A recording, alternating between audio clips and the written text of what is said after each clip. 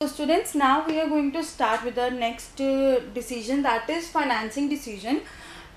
हम investment decision discuss कर लिया, अब हम फाइनेंसिंग डिसीजन डिस्कस करेंगे. Financing decision is something from which is related to from which source of finance from which source finance is to be raised. हाँ, from which source finance is to be raised मतलब finance हमें कौन से source से लेना है अपनी company में. हमें पता है बिजनेस करने के लिए हमें पैसे की ज़रूरत होती है, तो पैसे हमने कौन से सोर्स से लेने हैं हमारे बिजनेस में. कैपिटल मतलब जो हम that is capital, basically that finance is known as capital.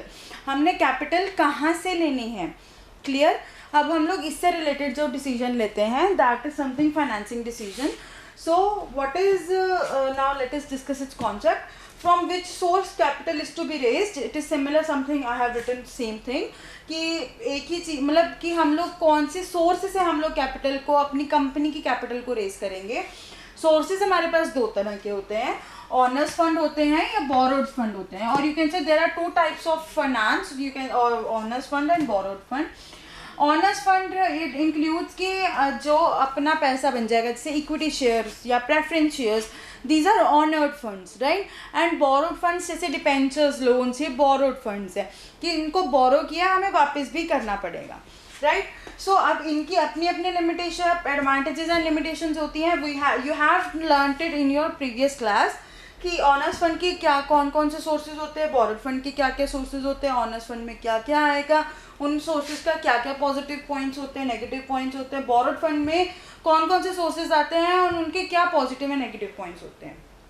Okay, so financing decision लेते टाइम हम लोग ये देखते हैं, हम लोग इन दोनों के सोर्सेज के हम लोग एडवांटेजेस, डिसएडवांटेजेस, रिस्क, कॉस्ट, उसका लेने का हमें मतलब कॉस्ट होती है, जैसे कि एक और यू कैन से पे बैक पीरियड, पे बैक हमें कितना हमें पे करना पड़ेगा उसको वापस. तो हम लोग ये सब चीज़ें हम लोग कंसीडर करते हैं और उसको कंपेयर करते हैं. Not only these two sources, कई बार हम सिर्फ इसी ऑनर्स फंड के ही कोई दो सोर्सेज को डिस्कस कर रहे होते हैं, मतलब कोई दो सोर्सेज कंपेयर करते हैं. उसमें हम लोग फिर उसके एडवांटेजेस, इसको लेने के क्या एडवांटेजेस है, उसको लेने के क्या एडवांटेजेस हैं, और उसकी क्या बेनिफिट्स, मतलब बेनिफिट्स एंड एडवांटेजेस, क्या लिमिटेशंस रहेंगी अगर हम इसको लेंगे या उसको लेंगे, और कितना हमें रिस्क इन्वॉल्व होगा, कितनी हमें कॉस्ट पड़ेगी, कितनी अनसर्टेनिटी हमें बियर करनी पड़ेगी. ऐसी सब चीज़ें जब हम लोग डिसाइड करते हैं और उसको डिसाइड करने मतलब उनको कंपेयर करते हैं, कंपेयर करके फिर हम लोग वो वाली चीज़ें उठाते हैं जिसमें मैक्सिमम हमें बेनिफिट मिले. ओके, बेनिफिट इन सेंस कि हमें एक स्टेबिलिटी भी मिले, हमारे एडवांटेजेस ज़्यादा हों और डिसएडवांटेजेस हमें कम हों, हम वो वाली सोर्स को यूज़ करते हैं. क्लियर है. तो हम लोग का फाइनेंसिंग डिसीजन लेने time compare advantages and disadvantages of different sources. हम लोग इधर ये दो सोर्सेज को कंपेयर कर सकते हैं और मतलब ऑनर्स फंड की कोई दो सोर्सेज को भी कंपेयर कर सकते हैं और बोरोड फंड के कोई दो सोर्स. नाउ बट एक्चुअल में हम लोग कोई एक ही तरह का सिर्फ ऑनर्स फंड ही या सिर्फ बोरोड फंड ही नहीं लेते, हम लोग इन दोनों को मिक्स करते हैं.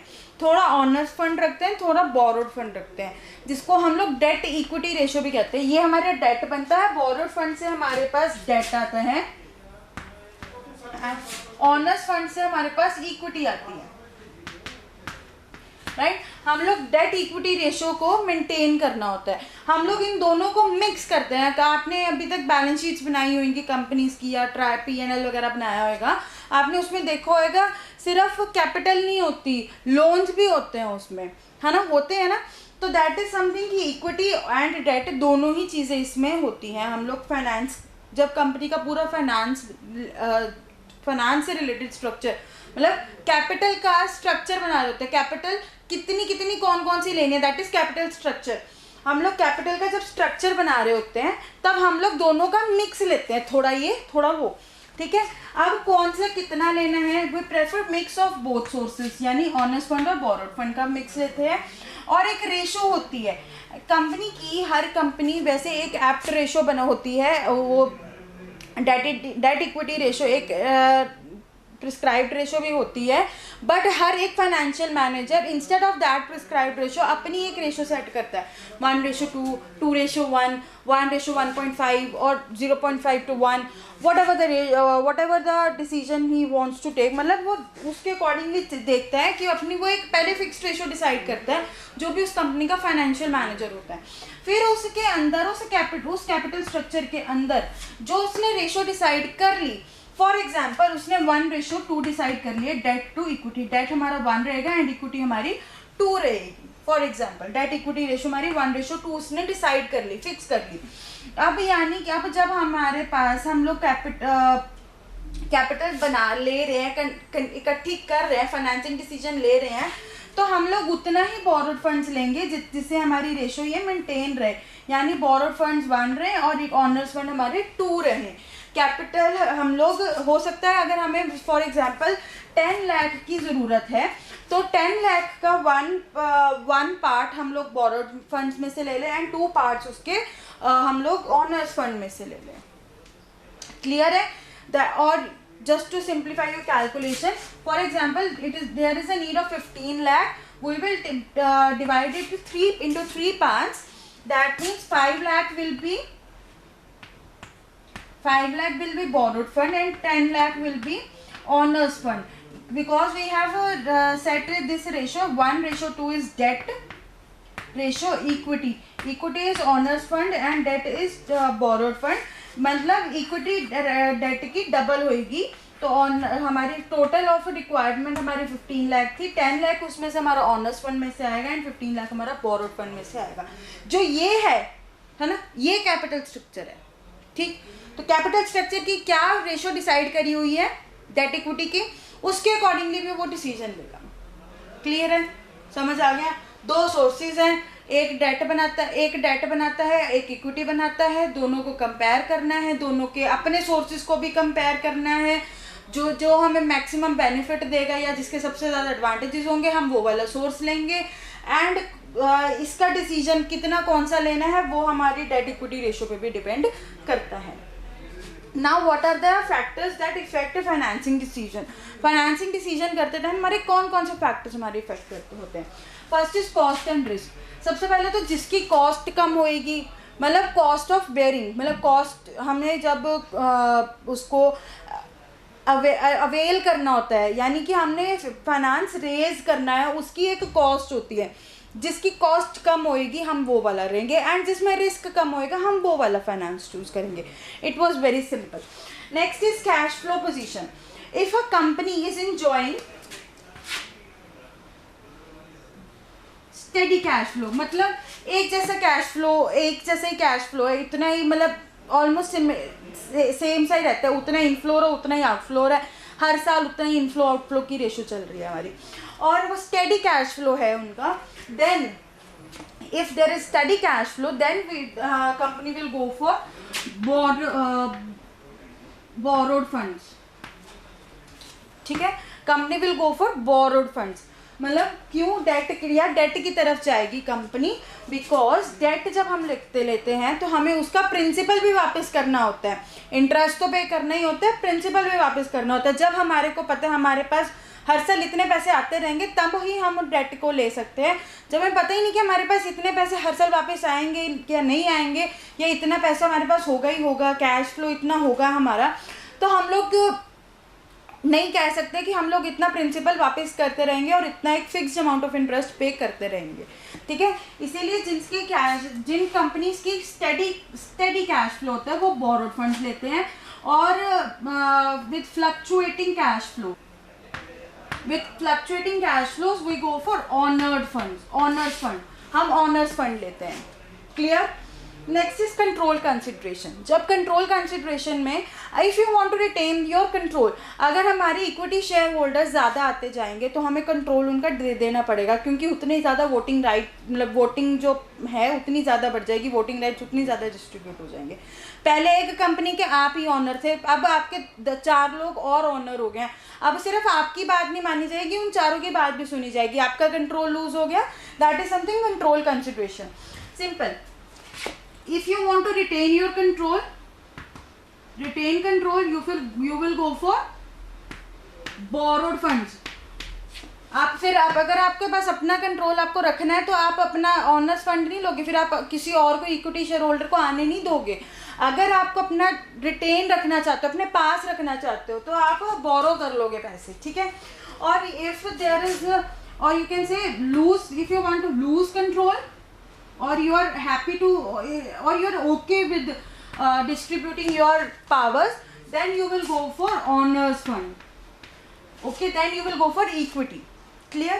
next is flotation cost। राजी ये आपको बहुत अच्छे से पता होना चाहिए flotation cost क्या है। flotation cost means कि जब हम लोग बिजनेस शुरू करते हैं और हमें इन्वेस्टमेंट या सॉरी फाइनेंस इकट्ठा करना होता है, कैपिटल इकट्ठी करनी होती है, तब हम लोग किसी ब्रोकर या एजेंट को हायर कर लेते हैं ताकि वो हमारी इक्विटी या शेयर्स को बिकवा सके, तो वो होती है फ्लोटेशन कॉस्ट, ठीक है। उसको वो खर्चा जो हम करते हैं ना ताकि हमारी इक्विटी शेयर्स या प्रेफरेंस शेयर्स या हमारी जो भी सिक्योरिटीज़ है वो बिक सकें या उनका फ्लो अच्छा हो जाए, that is something flotation cost, ठीक है। हम लोग वो वाली सिक्योरिटीज़ लेंगे जिनकी फ्लोटेशन कॉस्ट कम होती है। अब आपने मान लो आपने कोई लोन लेना है, लोन लेने के लिए आपको जो कॉस्ट बियर करनी पड़ रही है वो आपकी 10,000 है, लेकिन आपको इक्विटी उसी कैपिटल, मान लो ये 15 लाख की के टाइम पे ही बात कर रहे हैं, अगर पूरा का पूरा 15 लाख आप बोरोड फंड से ले रहे हो, दैट मीन्स आपको 10,000 इसके पीछे देना पड़ेगा। लेकिन आप इक्विटी या शेयर्स बेच के दे रहे हो तो आपको 8,000 देना पड़ेगा, तो आपकी कॉस्ट 8,000 की आएगी। तो मतलब इसको अवेल करने के लिए जो आप कॉस्ट पे कर रहे हो दैट इज फ्लोटेशन कॉस्ट। ये आपको 1 मार्क में पूछा जा सकता है question, what is flotation cost, you should learn its definition very precisely. तो फ्लोटेशन कॉस्ट जिस security with least flotation cost, अब security with least flotation cost वो ही हम लोग चूज करेंगे। कई बार हमने बोरोड फंड में भी हमारे पास डिबेंचर्स होते हैं और लोन्स होते हैं, लोन लेने के लिए आपकी जो कॉस्ट है वो कम है और डिबेंचर की ज़्यादा है, then you will go for loan. And not only flotation cost आप सोचते हो, बाकी सब चीज़ें भी देखते हो, आप इन सब चीज़ों को कंसीडर करते हो, बहुत सारे फैक्टर्स होते हैं, आप उनको कंसीडर करते हो, राइट। सो आप ये होती है, अब जिसकी कम है वो आप उसकी वह लोगे। कौन सी सिक्योरिटी की इस एग्जाम्पल में कम थी, लोन की कम थी, आप लोन को ले लोगे। Next is operating cost. Operating cost जो वो होती है जब हमें बिजनेस को ऑपरेट करने के लिए एक खर्चा करना पड़ता है, वो फिक्स होती है। जैसे कि अब बिजनेस करना है तो हमें उसके लिए अपनी सैलरीज देनी पड़ेंगी या इतना रेंट देना ही देना पड़ेगा, बिजली का खर्चा देना ही पड़ेगा, that is your operating cost. Business करना है ये तो करना ही पड़ेगा, that is operating cost, fixed operating cost, ठीक है। हाई, अगर if you are having high operating cost, high operating cost usually fixed होती है, ठीक है। तो high fixed operating cost, then you will go for owners fund. क्यों owners fund की तरफ क्यों जाओगे आप, बिकॉज क्योंकि जब आप बोरोड फंड्स लेते हो तब आपकी ऑपरेटिंग कॉस्ट एक और बढ़ जाएगी। क्यों बढ़ जाएगी, क्योंकि आपको हर महीने इतना इंटरेस्ट पे करना ही पड़ेगा, इतनी प्रिंसिपल पे करनी पड़ेगी, जैसे आपके बाकी के खर्चे होंगे ही होंगे ऐसे ये भी होगा ही होगा। जब आपकी पहले काफ़ी ज़्यादा है तो आप ऑनर्स फंड लोगे ताकि आपकी और ना बढ़े ये, ठीक है। और if you are having low fixed operating cost, then you can go for borrowed funds, right. कि कम है, हम लोग ले सकते हैं, कैपेसिटी है हमारे पास एक फिक्स्ड अमाउंट हर साल हर टाइम पे करने की, then you can go for operating, you can go for borrowed funds, right. Borrowed fund में हमेशा आपको पे बैक करने टाइम के लिए आपको एक कॉस्ट बियर करनी ही पड़ेगी, that is something, that is why you have to choose operating cost depending upon whether it is high or low, then only you will take the decision about the source, you will choose the source accordingly, okay।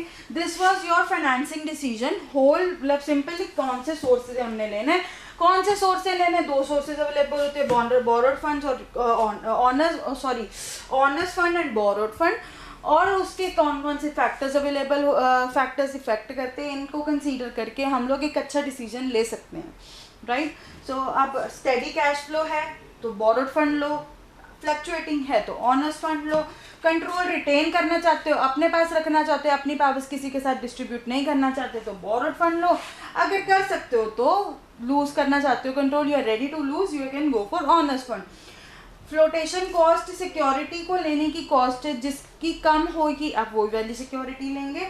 Operating cost, अगर आपकी operating cost high है पहले ही, then you will go for owner fund, and if you are having a low operating cost and you might go for borrowed fund. Okay, clear? So now this was a whole about your topic of financing decision. Next topic is